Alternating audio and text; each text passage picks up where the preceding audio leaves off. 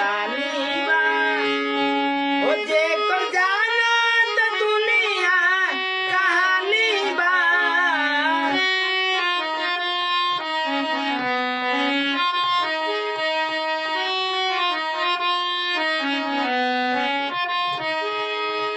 कृष्ण सुदामा के रहे मित्रता वेद पुराण समाज गवता।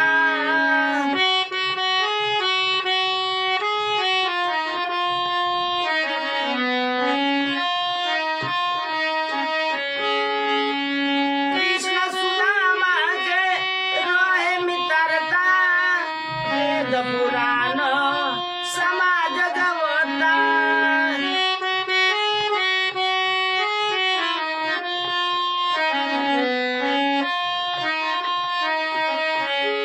द्वापर